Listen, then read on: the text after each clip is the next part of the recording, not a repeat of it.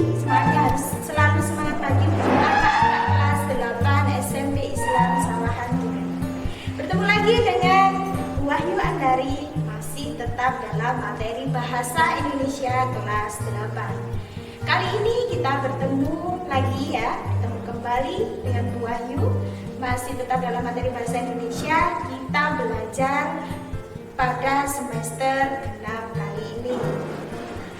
Sebelum materi Bu Wahyu sampaikan, pastinya kalian anak-anak sekalian harus tetap mematuhi protokol kesehatan, tetap jaga kesehatan, makan makanan yang bergizi, tetap semangat belajar menuntut ilmu di SMP Islam Sawahan Duren.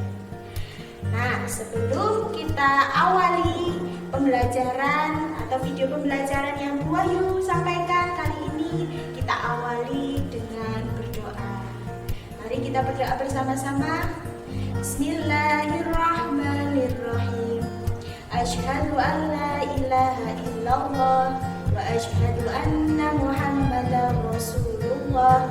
Allahumma shalli ala sayyidina Muhammad wa ala alihi wa sahbihi ajma'in.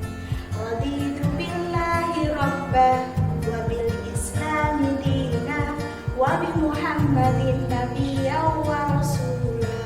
Rabbi zidni ilma warzuqni fahma waj'alni min ibadika sholihin. Amin. Baik anak-anak sekalian, pada semester genap kali ini kita awali pertemuan materi pembelajaran, yaitu materi pertamanya tentang teks persuasi. Nah, sebelum kalian mempelajari tentang materi teks persuasi, kita mengetahui dulu kompetensi dasar atau KD yang harus kita penuhi dalam materi teks persuasi. Materinya atau KD-nya itu adalah tentang mengidentifikasi jenis-jenis saran, ajakan, arahan atau pertimbangan tentang berbagai hal positif atas permasalahan aktual dari teks persuasi. Nah, penekanannya di sini adalah teksnya berhubungan tentang apa? Berhubungan tentang lingkungan hidup, kondisi sosial, dan keragaman budaya yang didengar dan dibaca. Setelah kalian mengetahui kompetensi dasarnya, kalian harus mengetahui tujuan pembelajarannya juga.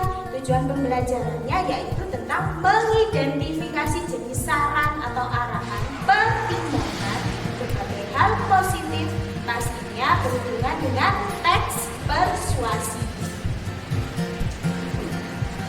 Sudah mengetahui KD, kompetensi dasarnya, kemudian kalian sudah mengetahui tujuan pembelajarannya, kemudian kita perlahan-lahan mempelajari ya.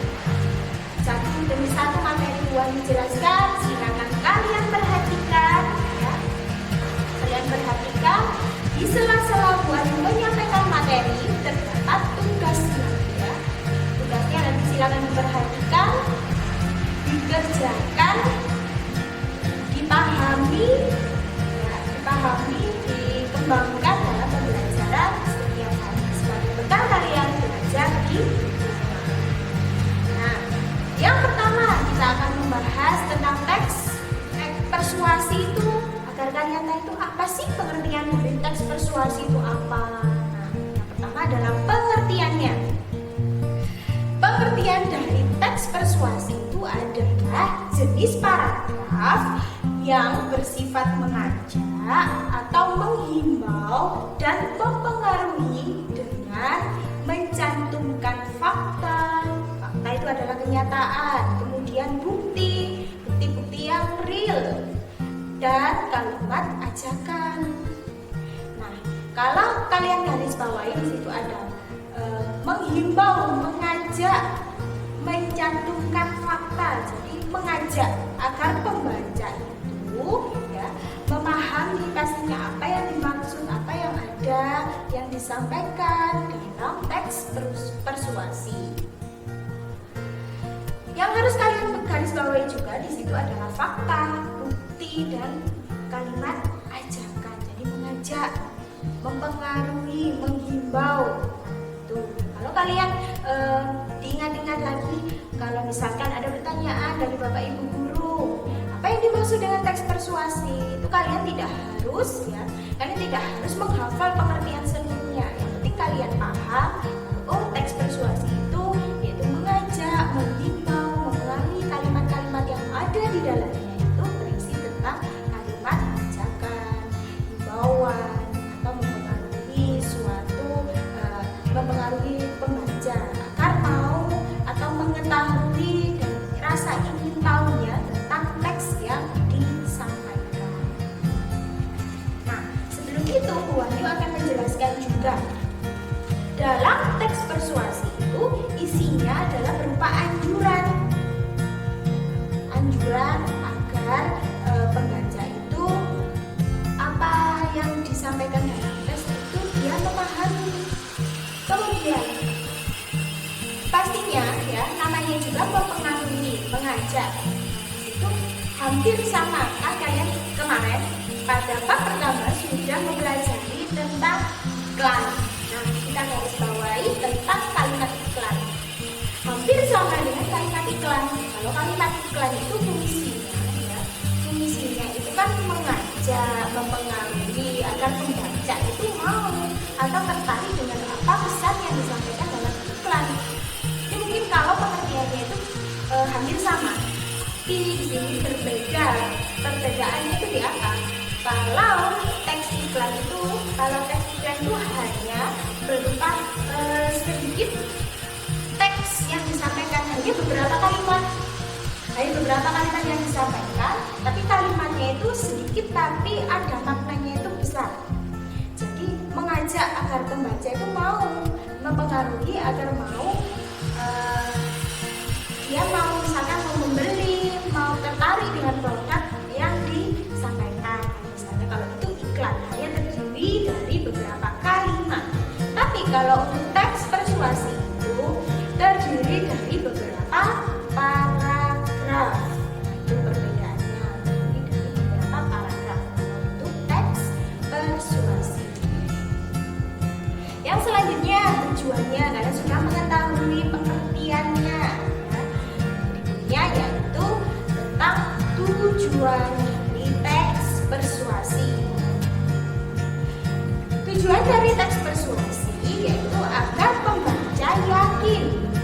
Wahyu singkatkan agar kalian mudah memahami dan mempelajari di rumah, agar pembaca yakin bahwa ide atau gagasan dari paragraf yang disampaikan itu benar-benar terbukti, juga melaksanakan apa yang diajarkan atau apa yang disampaikan dalam paragraf itu dengan dari ide tersebut. Jadi pembaca mau tertarik dengan paragraf yang disampaikan oleh pembuat paragraf. Itu dari tujuan teks persuasi. Itu kalian perlahan-lahan memahami tentang pengertian beserta tujuan dari teks persuasi.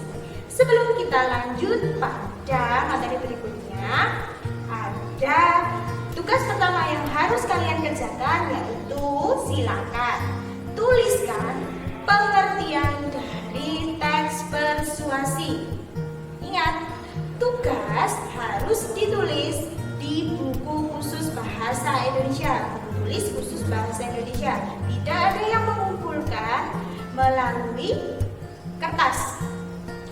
Jadi kalian mengumpulkannya ditulis, tugasnya ditulis di buku tulis bahasa Indonesia. Silakan tugas pertamanya yaitu tuliskan pengertian dari teks persuasi. Oke, kita lanjut ya. Ciri-ciri dari paragraf persuasi. Ciri-cirinya kalian sudah mengetahui pengertiannya, tujuan, kemudian yaitu adalah ciri-cirinya. Ada beberapa poin yang akan Bu Wahyu jelaskan ya. Paragraf ini yang pertama disertai alasan yang kuat, fakta dan bukti untuk memperkuat rujukan. Itu kalimat rujukan. Ajakan itu kan kata lainnya juga rujukan.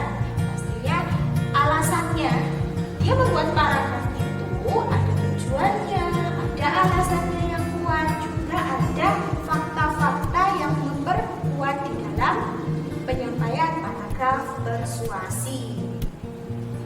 Kemudian memiliki kalimat yang bersifat mengajak. Jadi kalimat-kalimat yang terdiri dari paragraf itu adalah terdiri dari kalimat-kalimat ajakan. Jadi bersifat mengajak yang ditulis pada setiap paragraf. Jadi setiap paragraf, setiap kalimat itu berisi dengan kalimat ajakan. Kemudian yang ketiga, terdapat kata-kata seperti ayo, marilah, sebaiknya, dan lain sebagainya. Dan contohnya masih banyak ya, itu menyambung dengan poin yang kedua. Kalimat mengajak itu contohnya sudah dicontohkan dalam poin ke. Kemudian yang keempat yaitu paragraf persuasi umumnya akan menghindari kemungkinan adanya konflik. Konflik yaitu permasalahan agar pembacanya merasa dimanjakan. Yang dimaksud di situ konflik ya. Konflik itu permasalahan, jadi diminimalisir kalimat-kalimat yang berisi tentang masalah. Jadi yang diceritakan itu tidak masalah, yang disampaikan dalam paragraf itu bukan masalah, dan pembacanya merasa dimanjakan. Jadi dia itu pembacanya agar kalimat-kalimatnya itu nyaman dibaca pembacanya, terus pembacanya tertarik. Jadi di situ kalimat-kalimat ajakannya adalah kalimat-kalimat yang menarik. Dari ciri-ciri paragraf persuasi ini, yang kedua yaitu silakan tulis ciri-ciri paragraf persuasi. Nah, kita lanjutkan. Ini Bu Wahyu sudah memberikan contoh dari teks persuasi. Silakan kalian baca sendiri. Di sini di layar sudah dijelaskan. Sudah ada bacaannya. Mulai itu jumlah populasi di dunia semakin meningkat sampai di situ ada sumbernya. Sumbernya di situ sudah ada, sudah Bu Wahyu sampaikan ya, sudah Bu Wahyu sampaikan. Silakan.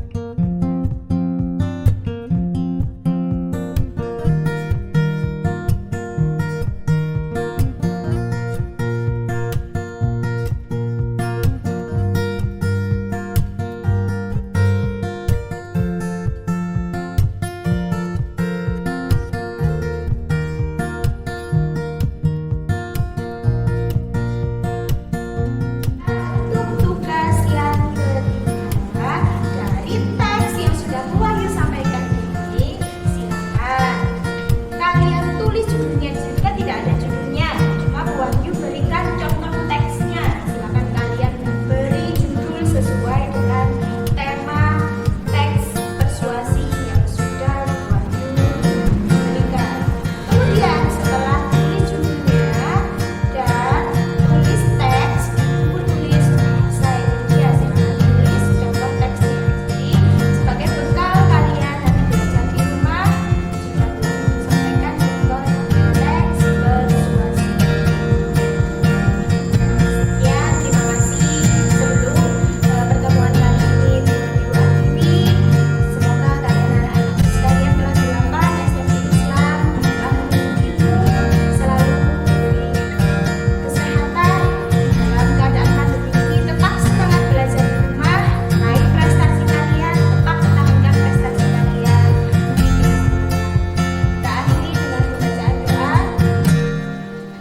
Bismillahirrahmanirrahim. Asyhadu an la ilaha illallah wa asyhadu anna Muhammadar Rasulullah. Allahumma sholli ala sayyidina Muhammad wa ala alihi wa sahbihi ajma'in. Allahumma arinal haqqa haqqan warzuqna ittiba'ah wa arinal batila batilan warzuqna ijtinabah. Walhamdulillahi rabbil